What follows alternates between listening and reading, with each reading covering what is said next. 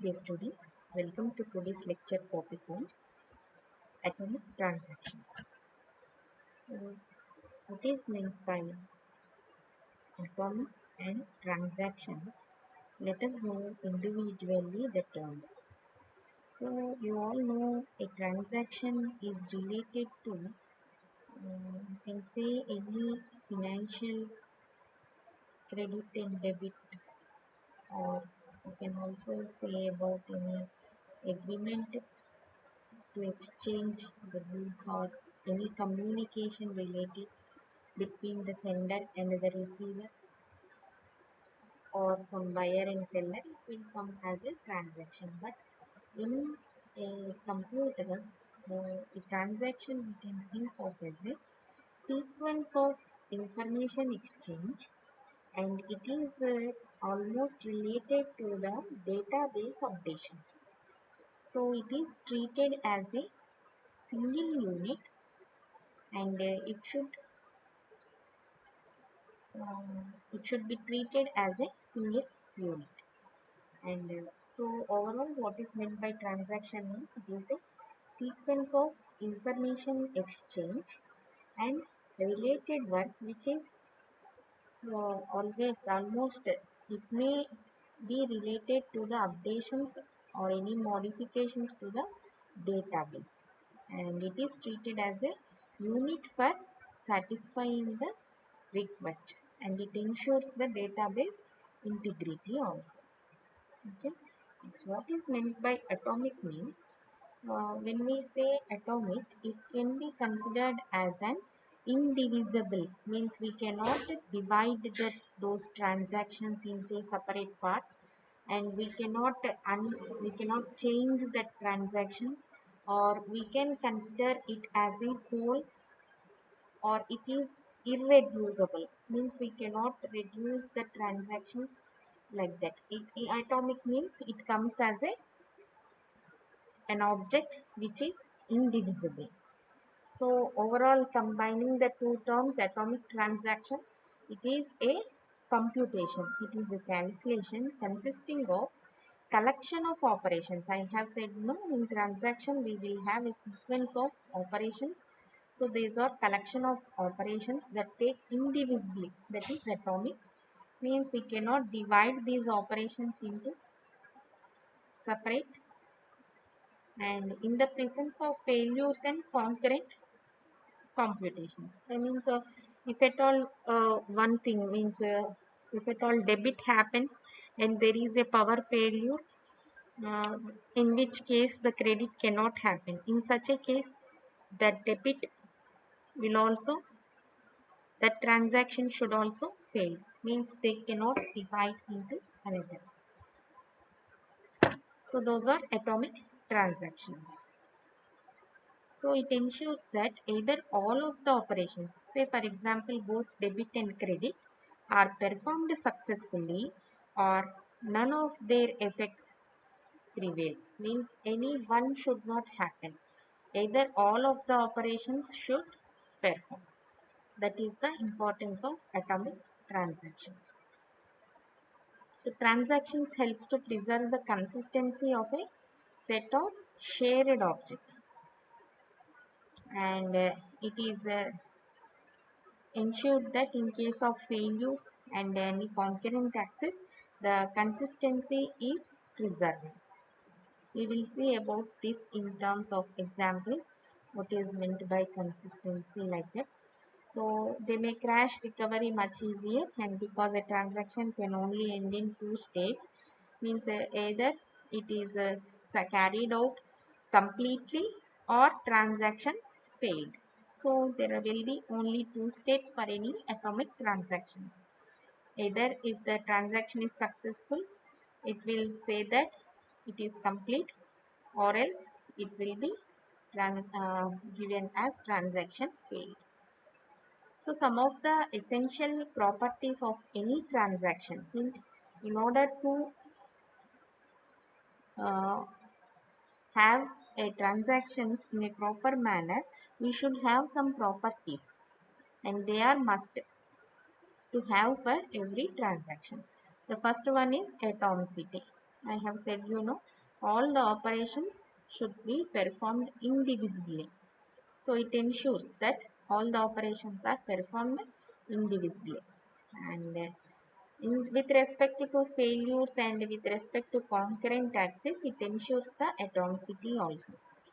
And failure atomicity is known as all or nothing property, means all operations will be done or nothing will be done. So this property is failure atomicity. It ensures that the transaction work is interrupted by any failure.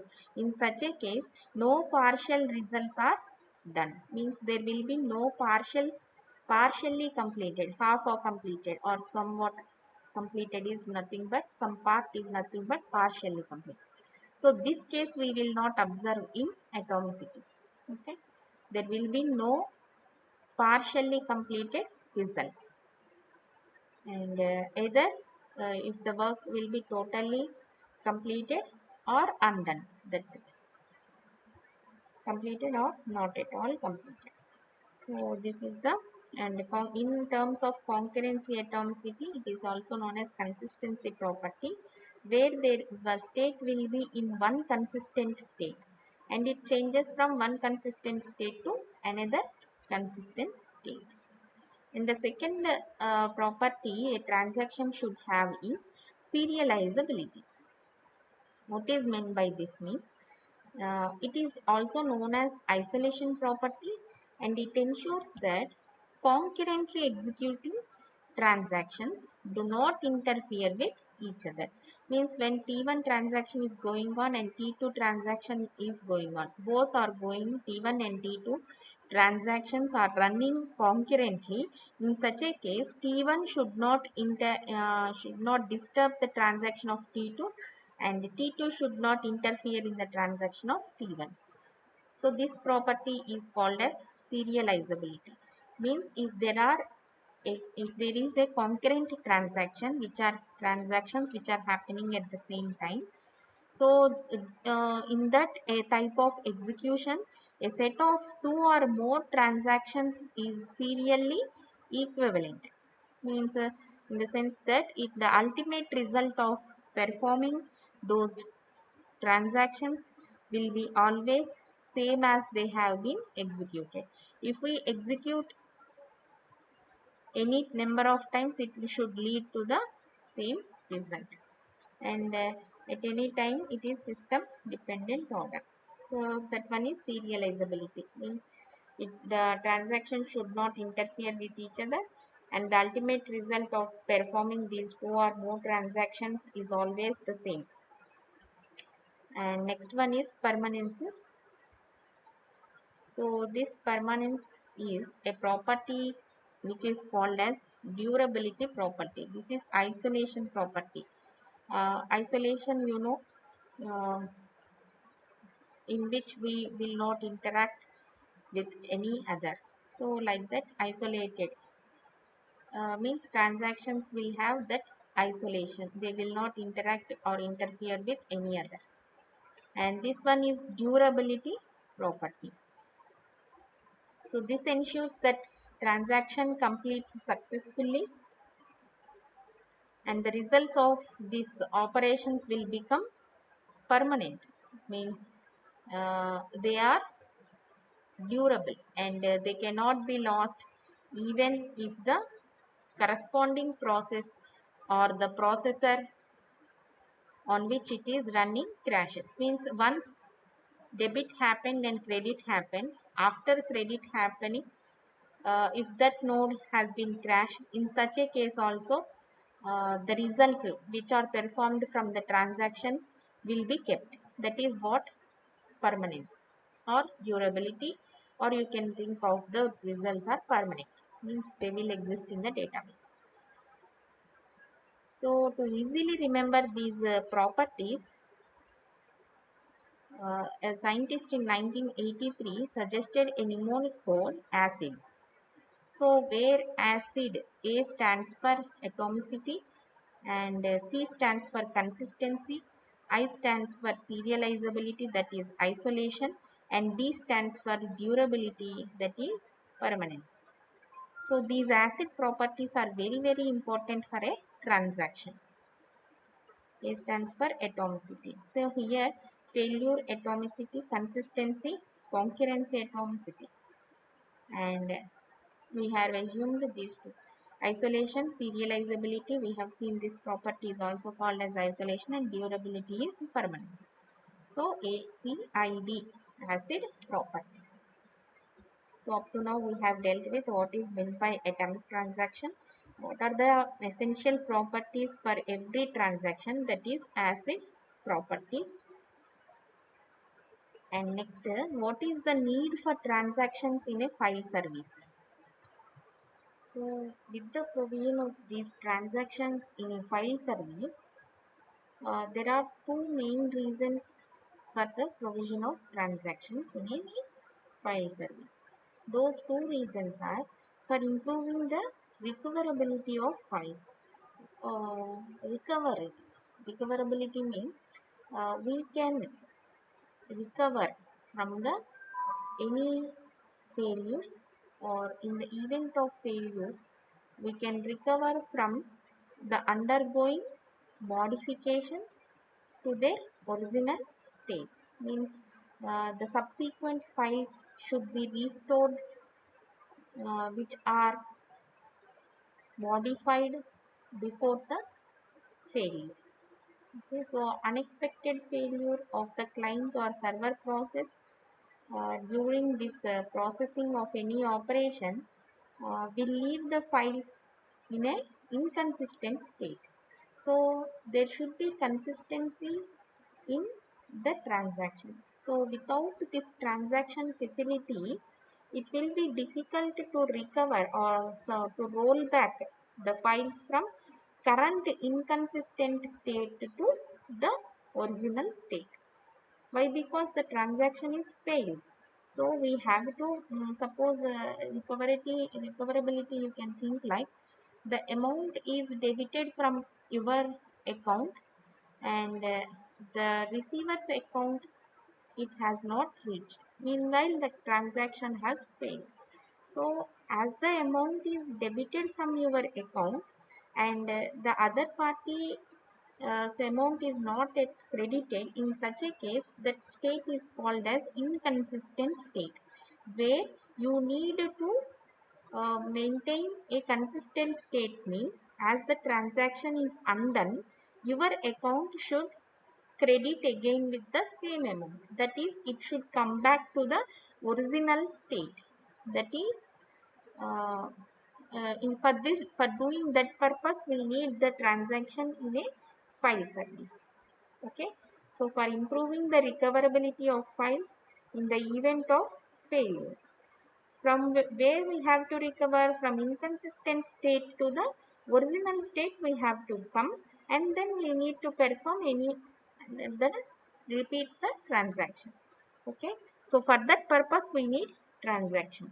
And the next case is for allowing the concurrent sharing of mutable files by multiple clients in a consistent manner.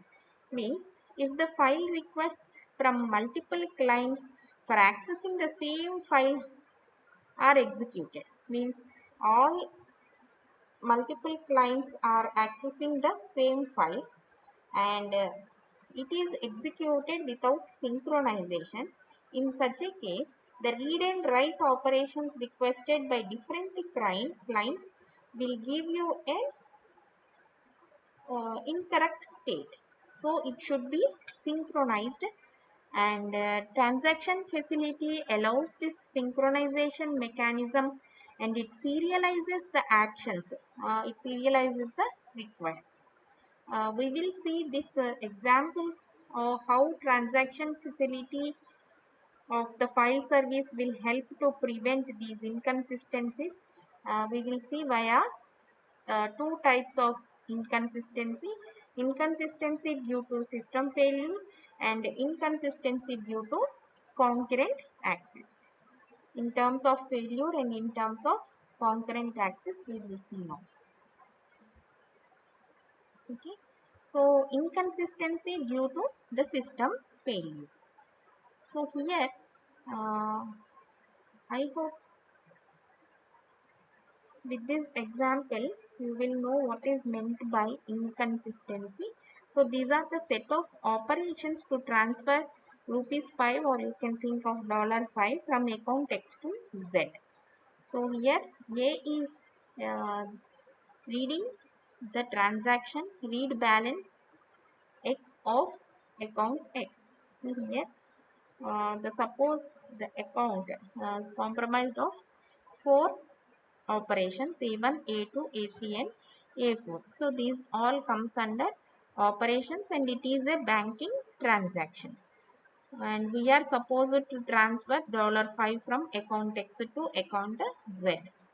So the customer account records are stored in a file maintained by the file server, and here without transaction facility, this job of transferring this $5 from account X to Z will be performed by the execution of all these operations in the order. Suppose that initial balance of the accounts is $100, and therefore all these operations are performed successfully. The final balance will be 100 minus 5, that is 95 in case of X, and Z will contain 100 plus $5, that is 105. Suppose that system failure occurs after the operation of A3, means the amount is debited from X minus 5 to account X, means 100 minus 5 has been performed and the system has failed, means system failure has occurred, but it occurred before the transaction of write Z plus 5 to account Z.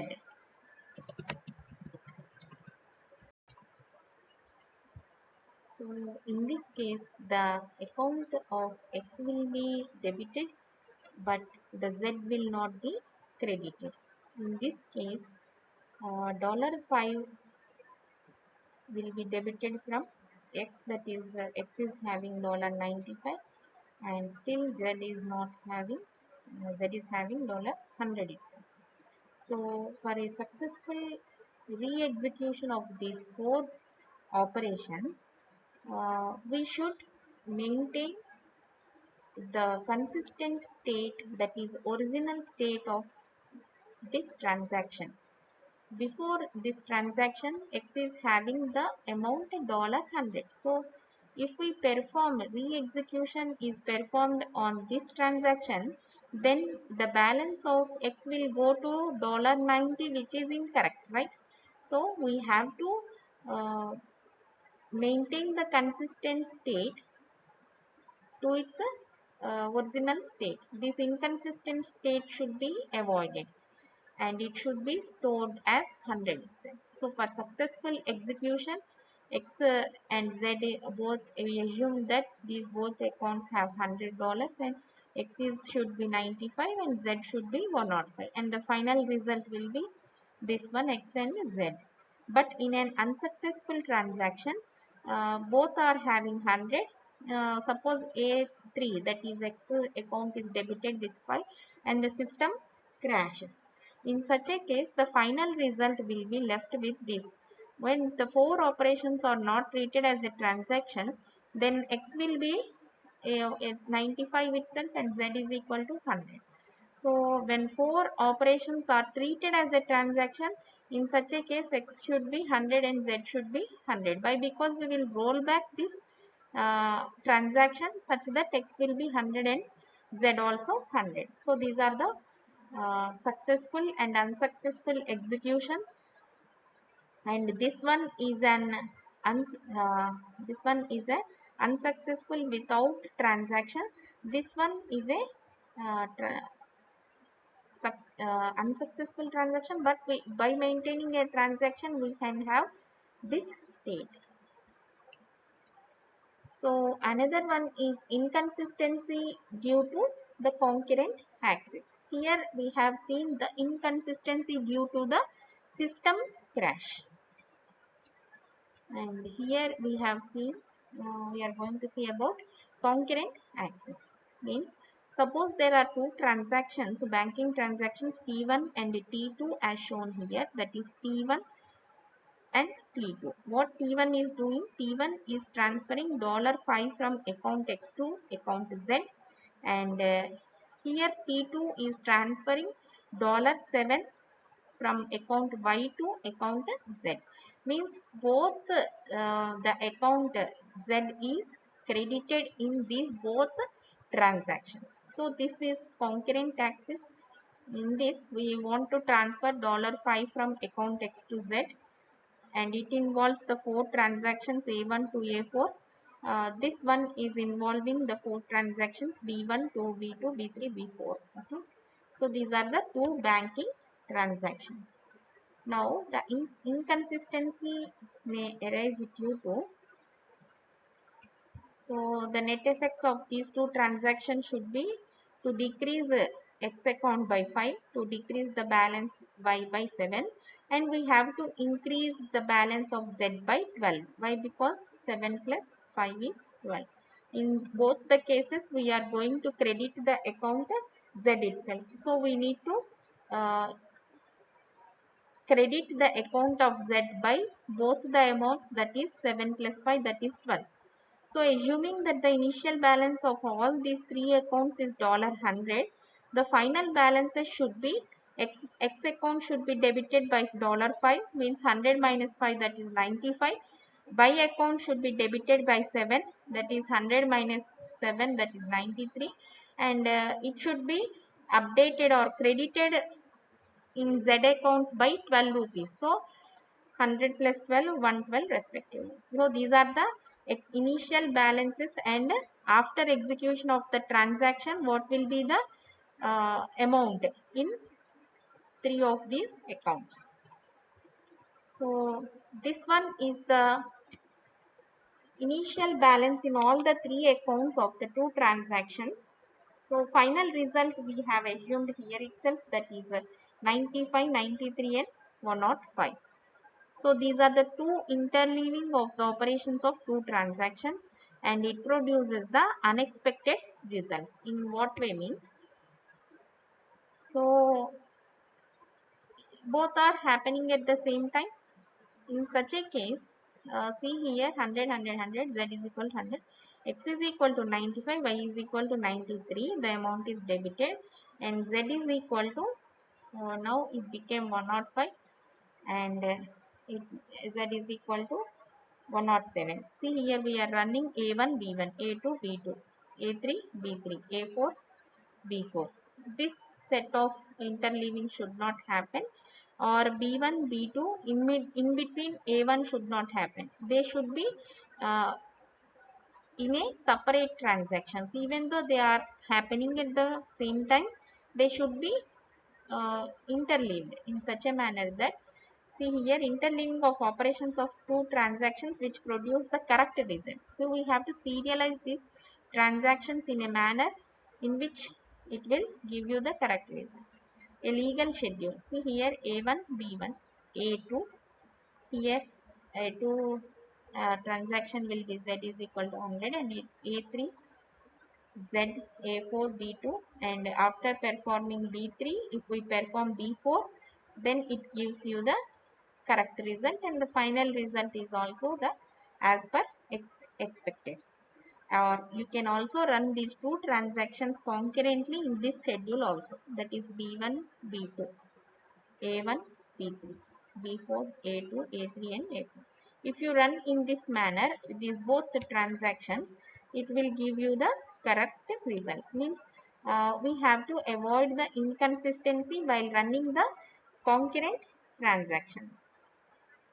So all these two or more concurrent transactions like this interleaving operations will call be as a schedule, and all these schedules should produce the same result. When we perform in this way, it should give the same result, or if we perform in this schedule or interleaving operations, if we perform, it should give the same result. So this serial equivalence is used as a criteria for the correctness of executing transactions.